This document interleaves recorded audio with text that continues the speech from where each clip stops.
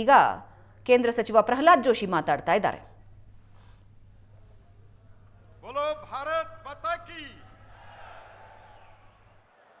ಹಿರಿಯರಾದಂತಹ ಯಡಿಯೂರಪ್ಪನವರ 50 ವರ್ಷದ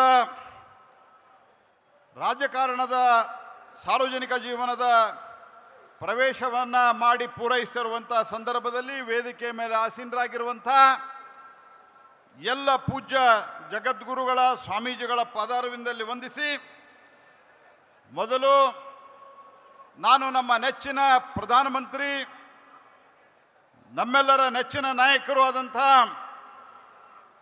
ಸನ್ಮಾನ್ಯ ನರೇಂದ್ರ ಮೋದಿಯವರ ಸಂದೇಶವನ್ನು ಓದಿ ಒಂದೆರಡು ನಿಮಿಷಗಳ ಕಾಲ ನನ್ನ ವಿಚಾರವನ್ನು ತಮ್ಮ ಜೊತೆಗೆ ಹಂಚಿಕೊಳ್ತಾ ಇದ್ದೇನೆ. ಸನ್ಮಾನ್ಯ ಪ್ರಧಾನಮಂತ್ರಿಗಳ ಮೆಸೇಜು ಇಂಗ್ಲೀಷ್ನಲ್ಲಿದೆ. ಸ್ವಲ್ಪ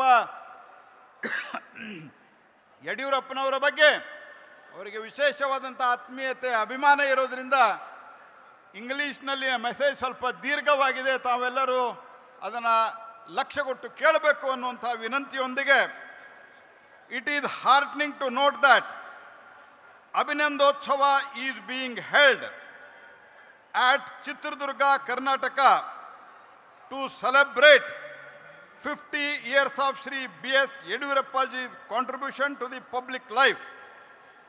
This 50 years journey is a story of commitment, struggle, sacrifice, and dedication to the people. It is not only the moment of celebration for Karnataka, but also an opportunity for countless party karyakartas across India to draw the inspiration. Although I am unable to be physically present at this special Abhinandotsava, my mind is certainly there among all those gathered to honor a leader who has devoted himself to the public service and nation building. I have had a privilege of working closely with Shri B.S. Yediyurappaji over many years. He has always been warm, affectionate, hard-working, and humble. I have seen him in the moments of struggle, and in the moments of success. Through every phase, one thing has remained constant: his absolute commitment to the people of Karnataka and to the ideals of our party.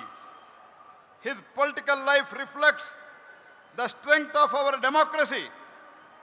Rising from a modest beginning, he built his public life step by step through the tireless work among the farmers, workers, the poor and marginalized. He earned the trust and affection of the people who elected him time and again at various levels, and even blessed him to lead the state on several occasions. Today, when we see the BJP as a party with a wide appeal in Karnataka, it makes all of us happy. But those who witnessed the earlier decades know how much sweat and sacrifice went into the building of this foundation. Generations of party karyakartas know how deeply Shri Yediyurappaji invested himself in strengthening the organization. During the difficult periods when the party had a limited presence and faced many challenges, he traveled extensively, connected with karyakartas at the booth level, and infused the confidence among them. This ability to connect deeply at the grassroots level played a key role in his leadership of mass movement and mobilization of the people for a cause. At the time when the BJP was unfairly branded as a party of just some regions, Shri B.S. Yediyurappaji played a defining role in dispelling such myths and demonstrating that BJP is a party of every Indian, no matter which region he or she lives in. Shri B.S. Yediyurappa ji became the first Chief Minister of Bharatiya Janata Party in Karnataka. He combined the organizational commitment with the administrative capacity. He was also pioneer in presenting a separate budget for agricultural. His efforts in the fields of irrigation, rural development, farmer welfare have left a lasting impact on Karnataka and marked him out as one of the foremost farmer leaders of the state. Shri B.S. Yediyurappa ji also ensured that development remained inconclusive. Many of his policies were aimed at empowering the marginalized communities through education, skill development, and housing. He also worked with great sensitivity toward the fulfilling the aspirations of women. The people of Karnataka have always admired Shri B.S. Yediyurappa ji for his simplicity and accessibility. Even after occupying the highest office, he never distanced himself from ordinary Karyakarta or citizens. In politics, this human connection is invaluable. I have also personally witnessed his emotional attachment to the Karnataka's culture, tradition, and the people. His love for the state has always gone beyond the politics. He carried the aspiration of the Karnataka in his heart and worked continuously for the further enhancing its growth and dignity. Shri B.S. Yediyurappa ji's 50-year journey reminds every young Karyakarta that perseverance, discipline, and dedication can overcome even the biggest obstacle. Public life is not built overnight, but through the years of sacrifice, patience, and consistent hard work.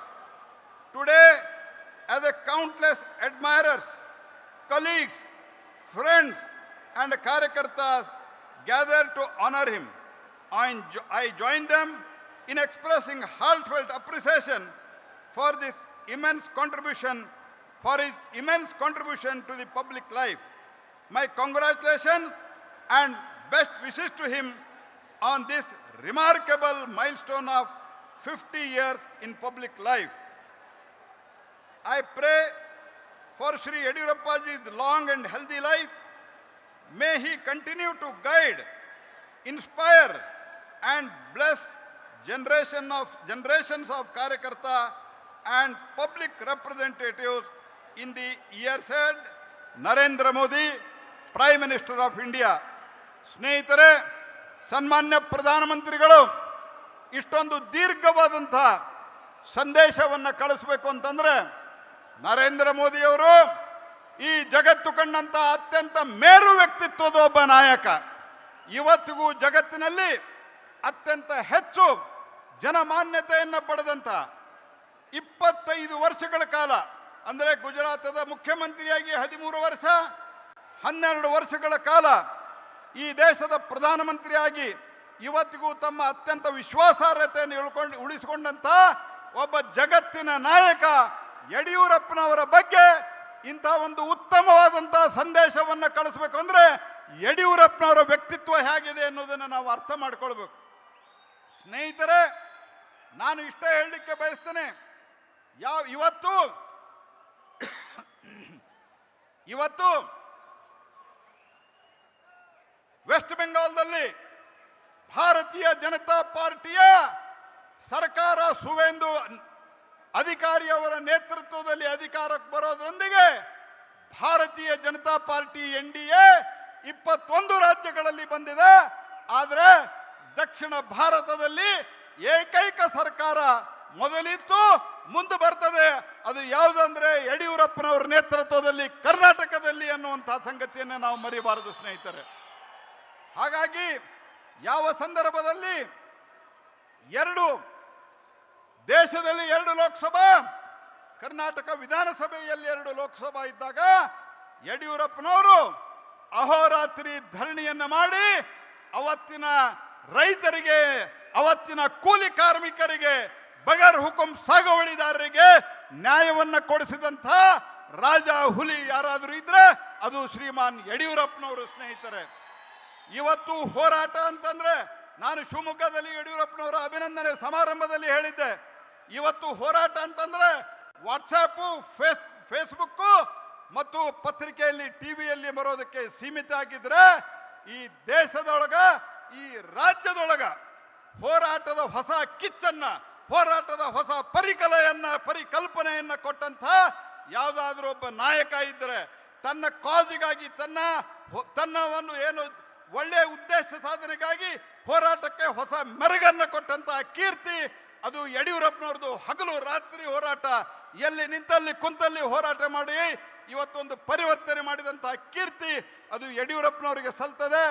ಹಾಗಾಗಿ ಇವತ್ತು ಯಡಿಯೂರಪ್ಪ, ನನಗೆ ಹೇಳಲಿಕ್ಕೆ ಬಹಳ ಇದೆ, ಆದರೆ ಬಹಳ ಜನ ಮಾತನಾಡೋರಿದ್ದಾರೆ, ಸ್ವಾಮಿಗಳ ಆಶೀರ್ವಾದ ಆಗೋದಿದೆ. ಹಾಗಾಗಿ ನಾನು ಬಹಳ ಮಾತನಾಡೋದಿಲ್ಲ.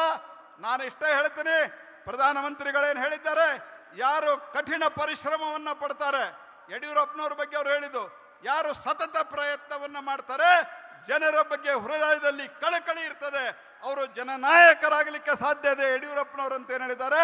ಅದೇ ರೀತಿ ನಾವೆಲ್ಲರೂ ಪ್ರೇರಣೆಯನ್ನ ಪಡಿಬೇಕು ಯಡಿಯೂರಪ್ಪನವರಿಂದ ಅಂತ ಹೇಳ್ತಾ, ಯಡಿಯೂರಪ್ಪನವರಿಗೆ ಪ್ರಧಾನಮಂತ್ರಿಗಳು ಇವತ್ತು ಸಂದೇಶವನ್ನ ಕಳಿಸಿದ್ದಾರೆ.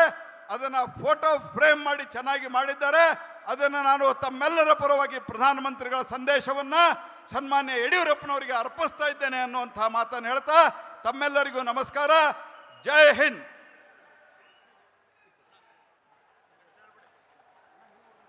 ಗೌರವಾನ್ವಿತ ಪ್ರಧಾನಮಂತ್ರಿಗಳ ಸಂದೇಶವನ್ನ ನಮ್ಮ ಗೌರವಾನ್ವಿತ ಕೇಂದ್ರ ಸಚಿವರಂತ ಪ್ರಹ್ಲಾದ್ ಜೋಶಿ ಅವರು ಯಡಿಯೂರಪ್ಪ ಸಾಹೇಬರಿಗೆ ಹ್ಯಾಂಡ್ ಓವರ್ ಮಾಡ್ತಾ ಇದ್ದಾರೆ. ದೊಡ್ಡ ಚಪ್ಪಾಳೆ ತಟ್ಟೋ ಮುಖಾಂತರ ಭಾರತ್ ಮಾತಾ ಕಿ, ಹೆಮ್ಮೆಯ ಪ್ರಧಾನಮಂತ್ರಿಗಳಂತ ನರೇಂದ್ರ ಮೋದಿಜಿ ಅವರಿಗೆ ಭಾರತ್ ಮಾತಾ ಕಿ. ಈಗ ತಾನೇ ವೇದಿಕೆಗೆ ನಮ್ಮೆಲ್ಲರ ನಡೆದಾಡುವಂಥ ದೇವರಾದಂಥ ನ್ಯಾಯ, ನೀತಿ ಮತ್ತು ಕೃಷಿಕರ ಒಂದು ಏಳಿಗೆಗೋಸ್ಕರ ಸದಾ ಶ್ರಮಿಸುತ್ತಿರುವಂಥ ಆಧುನಿಕ ವಿವೇಕಾನಂದರೇ ಅಂತ ಹೇಳಿ ಖ್ಯಾತರಾಗಿರುವಂಥ ಸಿರಿಗೆರೆ ತಳಬಾಳು ಪೀಠದ ಜಗದ್ಗುರು ಪರಮ ಪೂಜ್ಯ ಡಾಕ್ಟರ್ ಶ್ರೀ ಶಿವಮೂರ್ತಿ ಶಿವಾಚಾರ್ಯ ಮಹಾಸ್ವಾಮಿಗಳು ಅತ್ಯಂತ ಭಕ್ತಿಪೂರ್ವಕವಾಗಿ ಸ್ವಾಗತವನ್ನು ನಿಮ್ಮೆಲ್ಲರ ಪರವಾಗಿ ನಾನು ಕೋರ್ತಾ ಇದ್ದೀನಿ. ಅದೇ ರೀತಿ ನಮ್ಮ ಧರ್ಮಸ್ಥಳದ ಶ್ರೀ ಕ್ಷೇತ್ರ ಕನ್ಯಾಡಿ ಮಠದ ನಮ್ಮ